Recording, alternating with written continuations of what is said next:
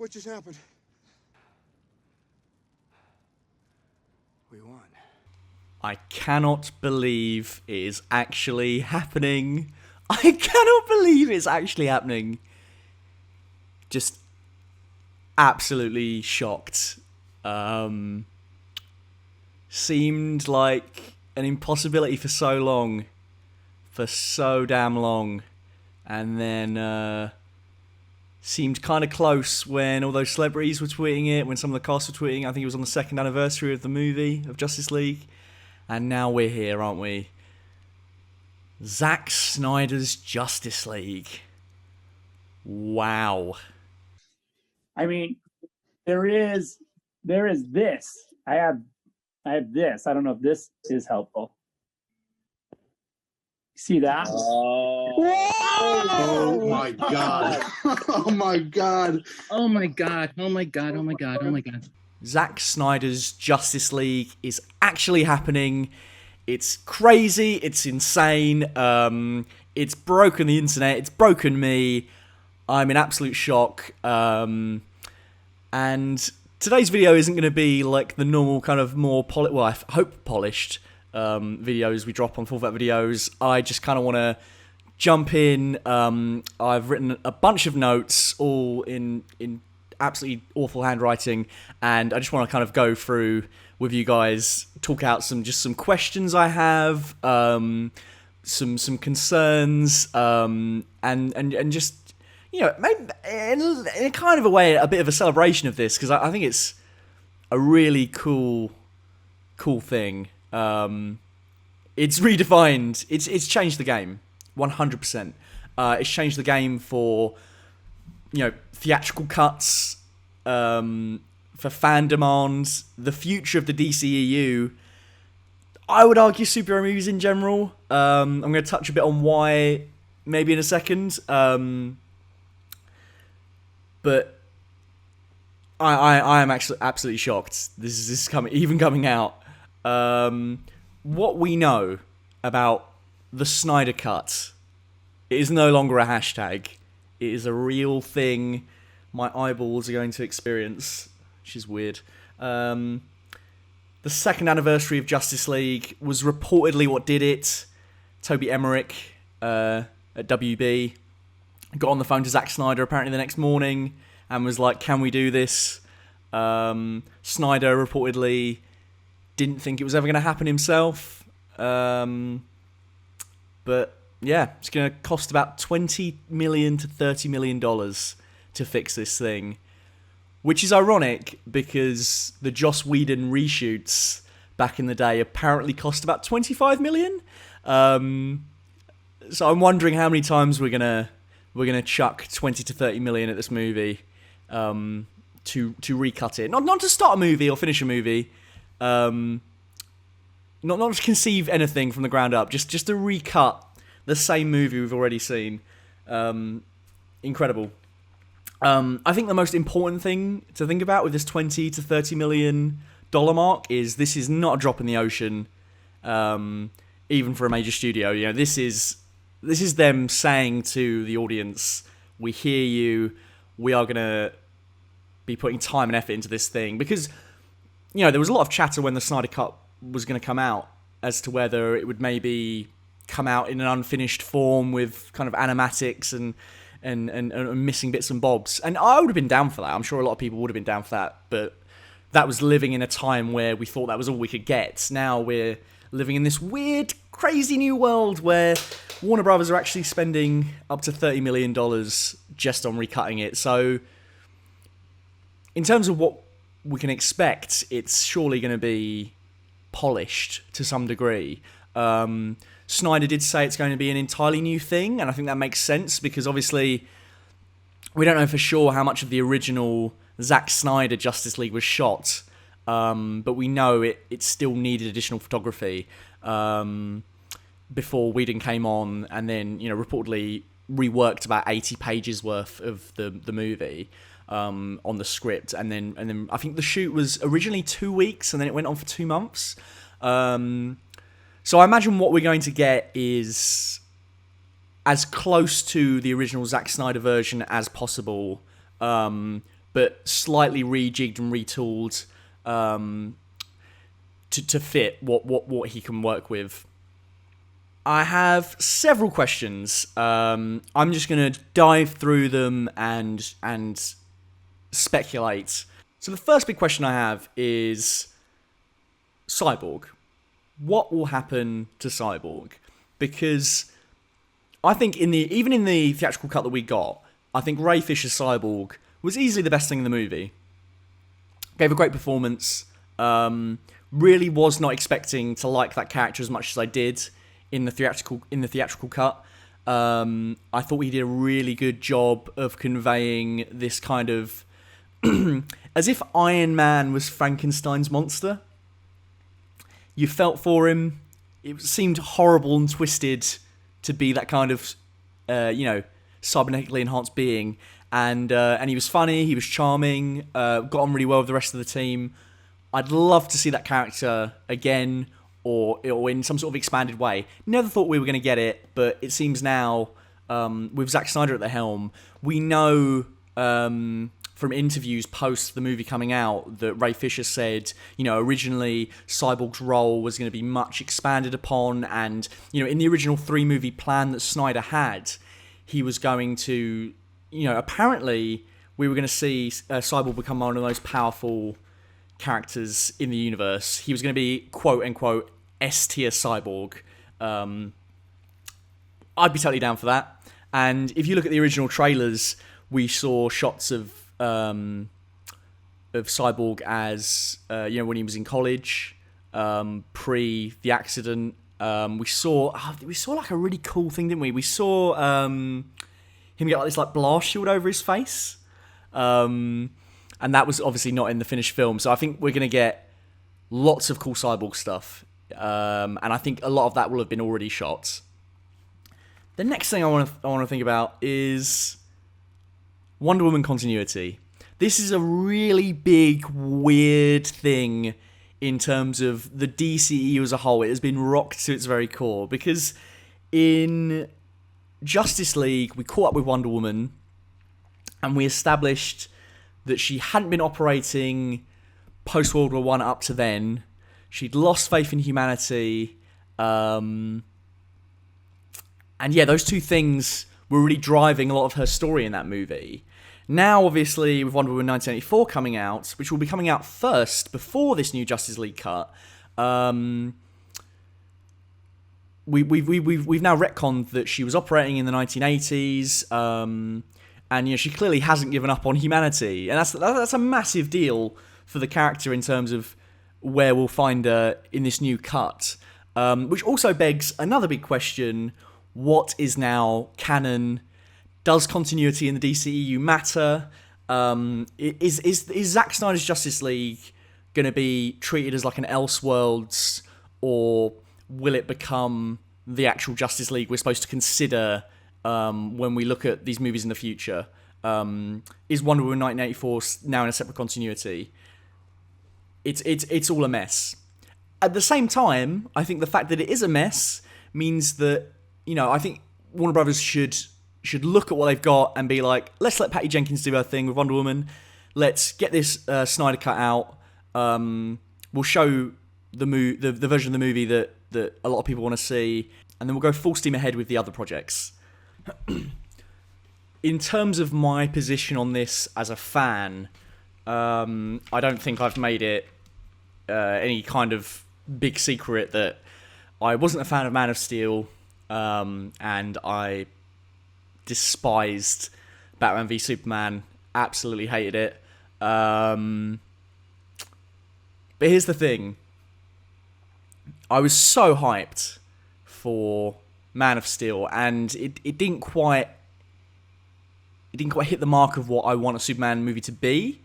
And I didn't like BVS for a myriad of reasons, not least of which the fact that it was trying to shoehorn in this setup for a Justice League movie way too soon, didn't feel earned, and then they skipped over like major milestones for the characters, like Batman and Superman, forming a friendship, Superman's death, Doomsday, Lex Luthor. It's a mess, to put it lightly. But I have a tremendous amount of time for Zack Snyder. Loved 300 back in the day.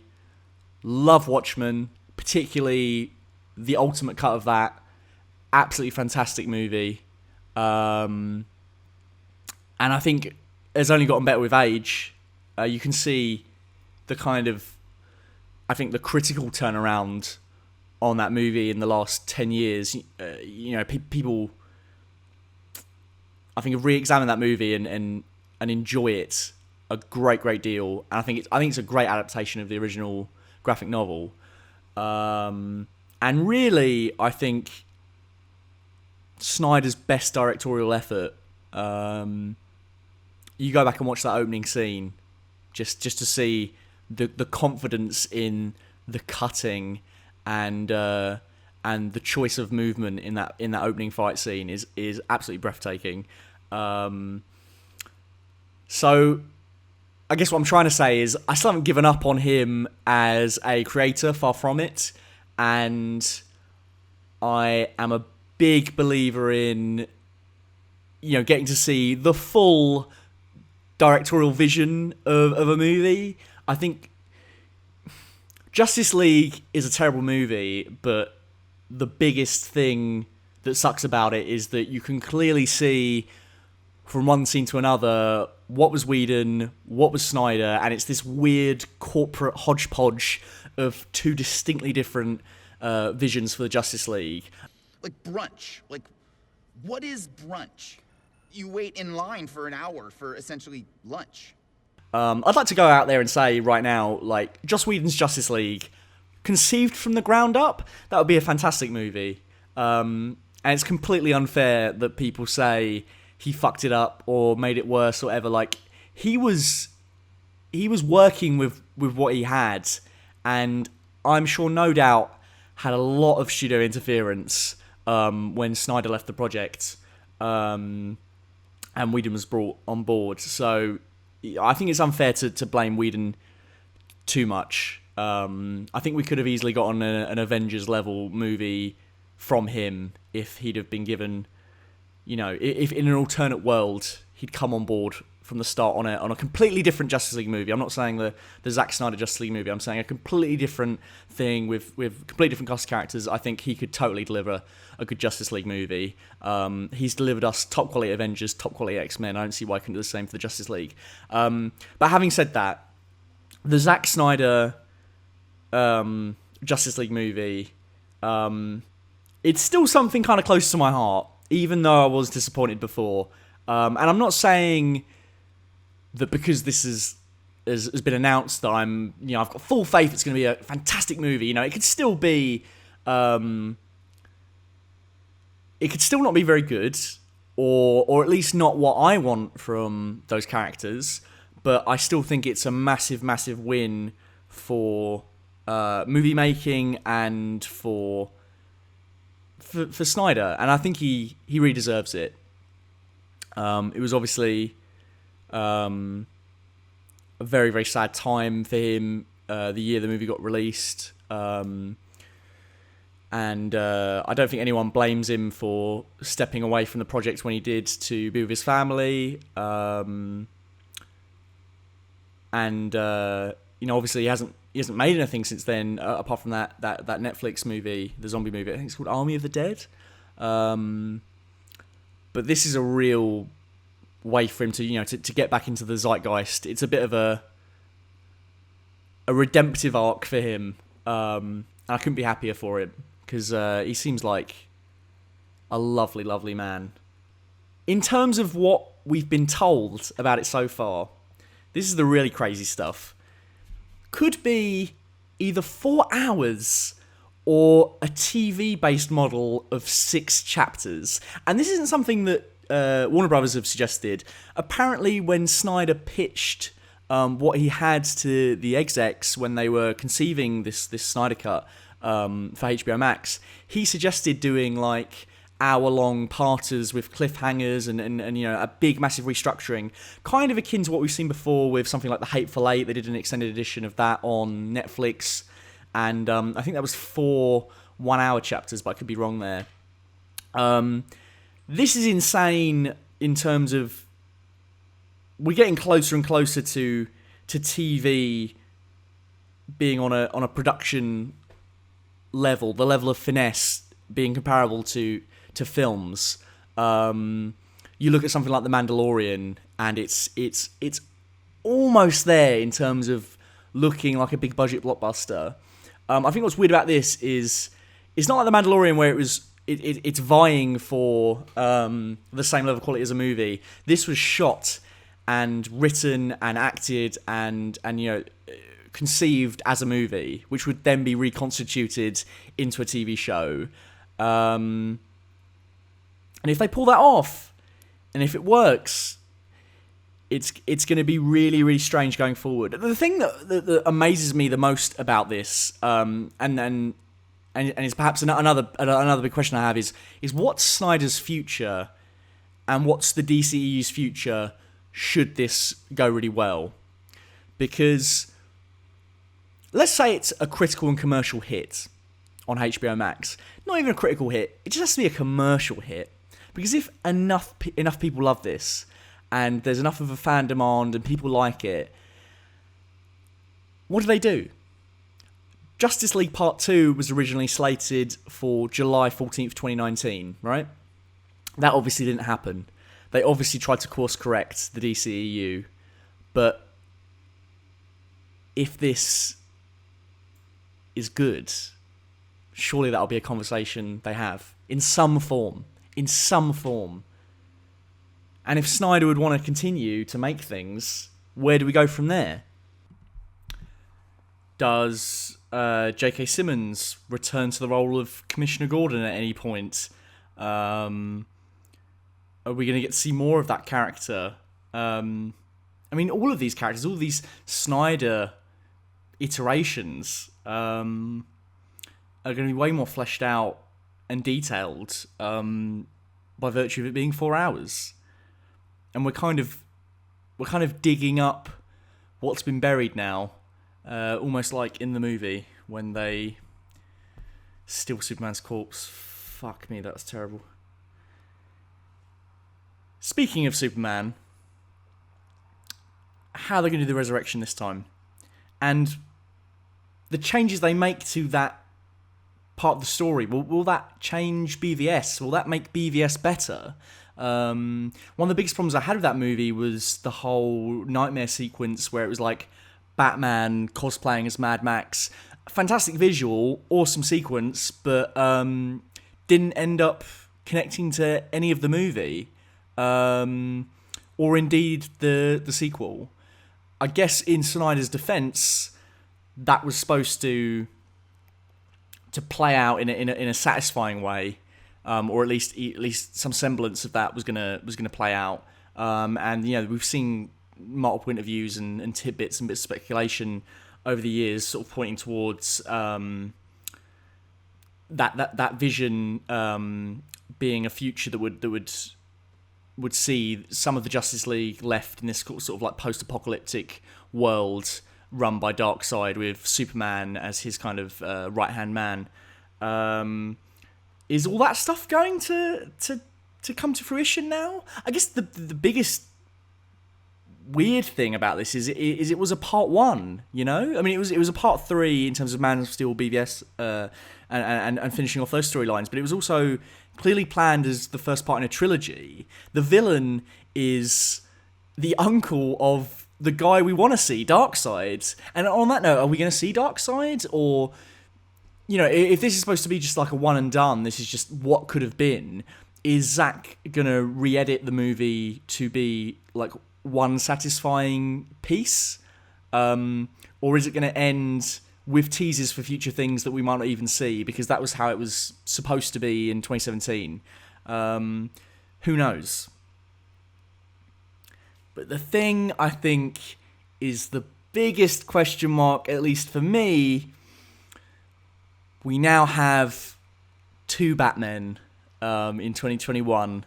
We've got Pattinson coming, Robert Pattinson in Matt Reeves' The Batman, and we're now going to see the resurgence of sorts with Batfleck, Ben Affleck's Batman, who you might recall in my Batfleck video. I said, I kind of gave him a bit of a farewell, but I did ponder if we would ever see him again.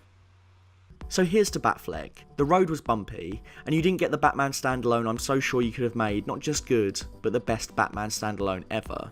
Now you'll be remembered by me as the best Batman that never was. But I thank you for everything you did for the character, and I hope that maybe, just maybe, we might see you again someday. I guess I kind of got that wish in an odd way. I remember speaking to one of my great friends, Sean Grimsley, all the way back in maybe like 2013. And I'm going to butter him up here because he said something to me which has turned out to be absolutely right. It was back in 2013 when we were talking about the fact that they'd cast a Quicksilver for X-Men Days of Future Past, and then they'd also announced there was going to be a Quicksilver in Avengers Age of Ultron, and we were kind of discussing what that kind of meant for the future of the genre. And I remember him saying, this is where we're going to end up, where in live action, we're going to have two completely separate incarnations of the same superhero, played by different people, on screen, continuing different stories, just like how they do in the comics. With with Marvel, you'd have like the 616 universe and the Ultimate imprint. It'll be exactly like that, and that's turned out to absolutely happen. I think we've seen stages towards that with something like Spider-Verse and Far From Home came out very close together. But I think you could blur those lines a little bit from the fact that one was animation, one was live action. And yes, I know this Batman is coming out to HBO Max, but this is going to be huge. This is going to feel like a new Batfleck appearance. It's going to bring him back into the lexicon of talking about this character. It's going to bring countless articles into the zeitgeist. We're going to see so much of Batfleck. Presumably in early 2021. That's when I imagine they're going to release this. And then the Batman is now slated for October, I think. So that's going to be really, really strange to see that come full circle. And yes, we are now going to get two completely separate continuities of Batman at the same time, running parallel. But you know what? I'm kind of all for it in a way. As long as we get completely different things, fresh things. Matt Reeves has been talking a lot about the movie he's working on, and it sounds like a really interesting, fresh take. And I'm intrigued by him noting how much he loved the Burton incarnations and the Nolan incarnations, but the fact that he wants to lean more into the detective side of things, I think could be really, really cool. So that exists in of itself, and I don't think Batfleck coming back should hurt that. And I don't think Pattinson should take away from the fact we're going to see Batfleck again. But I guess that's really up to the fan base. I really hope what doesn't happen is it becomes a division between, the Snyder version of Batfleck, look how good this is, like, fuck this Pattinson version in October, and vice versa. I don't want people being like, we got Pattinson coming, so, I don't really care. Ben Affleck brought a lot to that role, and he really gave it his best shot, and I'd really like to see some redemption for him as well in that role. Like, imagine if that Justice League movie drops, it's good, and Batfleck's great in it. Man, that would be magical. That would be magical. I guess we've just got to kind of wait and see now. Haven't been given a solid release date yet, but as I say, I'm hoping early 2021. You'd like to think so. I feel like they want to get this thing out as soon as possible. And maybe we're going to see Black Superman with a mullet. Maybe we're going to see Martian Manhunter.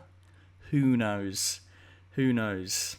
What I will say is that I think, obviously that Snyder Cut movement was a lot of fans coming together demanding something. And I think you often see a lot of the vitriol brought up from some members of that movement, which is fair enough. I do think some of the things that were said were abhorrent, but at the same time, I think it's also worth pointing out that some of the fans that really, really wanted this helped to raise about $150,000 for the American Foundation for Suicide Prevention. I don't think that gets spoken about enough, and that's amazing. And the people that helped to raise that in the Snyder Cut movement, and the people that wanted this and went about it in a positive way, absolutely deserve to see this on HBO Max. It's fantastic, and I think that's all I have to say about it. So I'm going to leave you with Jason Momoa punching his camera to sign off, because he's that excited for the Snyder Cut. It's a fantastic little clip, and his energy is just infectious. You see that shit? You see that shit? You put it out there. You believe that? Releasing the Snyder Cut? HBO Max, man, I can't believe it. It's happening, finally. Release the Snyder Cut. Give it to me!